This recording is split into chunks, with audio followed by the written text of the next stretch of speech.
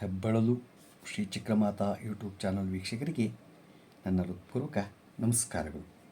ಸುಭಾಷಿತ. ನಾವು ಬೇರೆಯವರಿಗೆ ಸಾಲ ಕೊಟ್ಟವರು ಹೇಳ್ತಾರೆ, ತುಂಬ ಬದಲಾಗಿದ್ದೀಯಾ ನೀನು ಅಂತ ಹೇಳ್ತಾರೆ ಅವರು. ಆದರೆ ಅವ್ರಿಗೇನು ಗೊತ್ತು, ಈ ಬದಲಾವಣೆ ಅವರ ಮಾತುಗಳಿಂದಲೇ ಅಂತ ಅಲ್ವಾ? ಏನಾರ ಕೊಟ್ಟವರು ಹಾಗೆ ಹೇಳ್ತಾರೆ, ಏನಾರ ಕೇಳೋಕ್ಕೆ ಹೋದಾಗ ನೀನು ಬದಲಾಗಿದೆಯಪ್ಪ ಅಂತ ಹೇಳ್ತಾರೆ. ಅಲ್ಲ, ಅವ್ರ ಮಾತಿಂದಲೇ ನಾವು ಬದಲಾಗಿರೋದು ಅಂತ ಅವ್ರಿಗೆ ಗೊತ್ತಾಗಲ್ಲ. ಇವತ್ತು ದಿನಪಂಚಾಂಗಕ್ಕಿಂತ ಮುಂಚೆ ನಾವು ಕೆಲವು ದೇವಸ್ಥಾನಗಳಿಗೆ ಹೋದರೆ ಯಾವ್ಯಾವ್ದು ಹೇಳ್ಕೋಬೇಕು. ಗಣಪತಿ ದೇವಸ್ಥಾನಕ್ಕೆ ನಾವು ಹೋದಾಗ ಹೇಳಬೇಕಾದ ಒಂದು ಮಂತ್ರ, ಶುಕ್ಲಾಂಬರಧರಂ ವಿಷ್ಣುಂ ಶಶಿವರ್ಣಂ ಚತುರ್ಭುಜಂ ಪ್ರಸನ್ನವದನಂ ಧ್ಯಾಯೇತ್ ಸರ್ವವಿಘ್ನೋಪಶಾಂತಯೇ. ಶಾರ್ಟಾಗಿ ಆಯ್ತಾ, ಬೇಕಾದಷ್ಟಿದೆ. ವಿಘ್ನೇಶದ ಮೇಲೆ ಎಷ್ಟು ಹೇಳಿದ್ರೂ ಆಗಲ್ಲ, ಆದರೆ ಶಾರ್ಟಾಗಿ ಮಕ್ಕಳು ಕಲಿಬೇಕಾದ್ದು.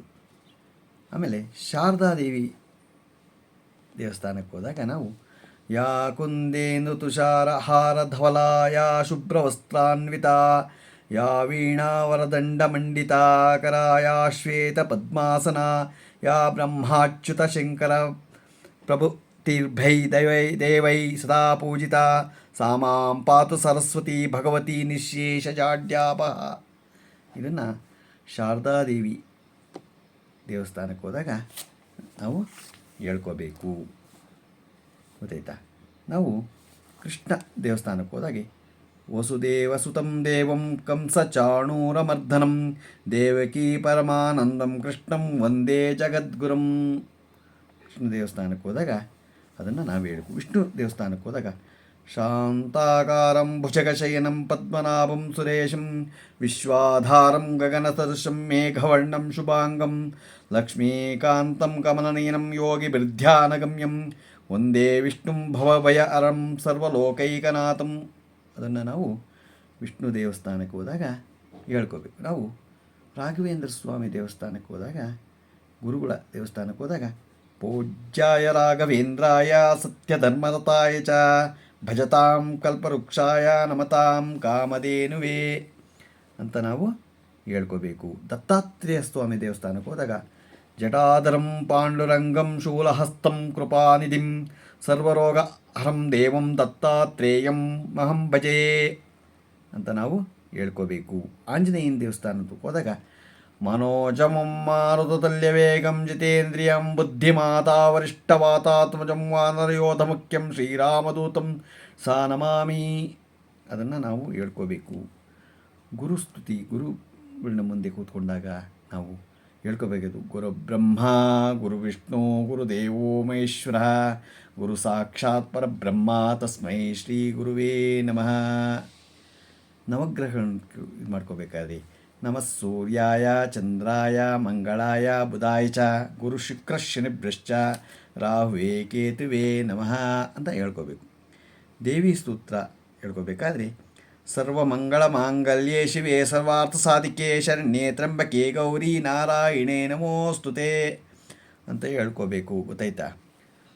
ನಾವು ಅಗ್ನಿಯನ್ನು ನಮಸ್ಕಾರ ಮಾಡಬೇಕಾದ್ರೆ ಹೇಳ್ಕೋಬೇಕಾದ್ರೂ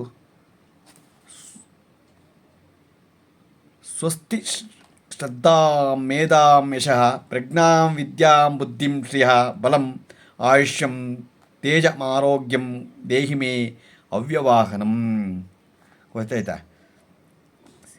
ಶ್ರದ್ಧಾಂ ಮೇಧಾಂ ಯಶಃ ಪ್ರಜ್ಞಾಂ ವಿದ್ಯಾಂ ಬುದ್ಧಿಂ ಶ್ರಿಯಂ ಬಲಂ ಆಯುಷ್ಯಂ ತೇಜಮಾರೋಗ್ಯಂ ದೇಹಿ ಮೇ ಅವ್ಯವಾಹನಂ ಅಂತ ಹೇಳ್ಕೋಬೇಕು, ಗೊತ್ತಾಯ್ತಾ? ಇದನ್ನು ನಾವು ಪ್ರತಿದಿನ ಯಾವುದೇ ದೇವಸ್ಥಾನಕ್ಕೆ ಹೋಗಲಿ ಹೇಳ್ಕೊಳ್ಳಿ, ನಿಮಗೆ ಒಳ್ಳೆಯದಾಗತ್ತೆ, ಗೊತ್ತಾಯ್ತಾ? ಯಾವುದೇ ನಾವು ಒಂದು ಮಂತ್ರವನ್ನು ಪಠನೆ ಮಾಡಿದ್ರೆ ಭಗವಂತನಿಗೆ ಅದು ನಾವು ತಿದ್ದುಕೊಳ್ಳೋದು ಬೇಕಾದಷ್ಟಿದೆ, ತಿದ್ದುಕೊಂಡು ನಾವು ಹೇಳ್ಕೋಬೇಕು, ಗೊತ್ತಾಯ್ತಾ? ನಾವು ತಪ್ಪನ್ನು ಹೇಳ್ಕೋಬಾರ್ದು, ಅದನ್ನು ಅದರಲ್ಲಿ ತಿದ್ದುಕೋಬೇಕು. ತಪ್ಪಾಗಿರೋದನ್ನು ತಿದ್ದುಕೋಬೇಕು. ಯಾರೇ ಆದರೂ ಅಷ್ಟೇ, ನಾವು ತಿದ್ದುಕೊಳ್ಳೋದ್ರಲ್ಲಿ ತಪ್ಪಿಲ್ಲ, ಗೊತ್ತಾಯ್ತಾ?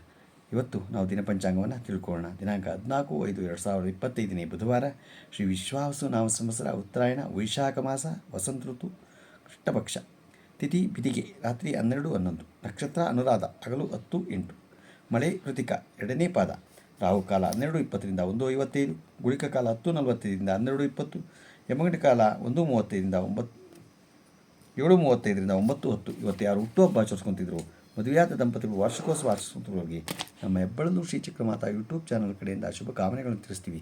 ದೇವರು ಅವರಿಗೆ ಆಯಸ್ಸು, ಆರೋಗ್ಯ, ಐಶ್ವರ್ಯ ಎಲ್ಲ ಕೊಟ್ಟು ಕಾಪಾಡಲಿ ಅಂತ ಕೇಳ್ಕೊತೀನಿ. ನಮ್ಮ ಹೆಬ್ಬಳಲು ಶ್ರೀಚಕ್ರ ಮಾತಾ ಯೂಟ್ಯೂಬ್ ಚಾನಲ್ ಯಾರು ಸಬ್ಸ್ಕ್ರೈಬ್ ಆಗಿರೋದು ದಯಮಾಡಿ ಸಬ್ಸ್ಕ್ರೈಬ್ ಆಗಿ, ಲೈಕ್ ಕೊಡಿ. ಇದು ನಿಮ್ಮದೇ ಚಾನಲ್ ಆಗಿದ್ದರಿಂದ ನಮ್ಮ ಲಿಂಕನ್ನು ಬೇರೆ ಫಾರ್ವರ್ಡ್ ಮಾಡಿ. ನಮಸ್ಕಾರಗಳು.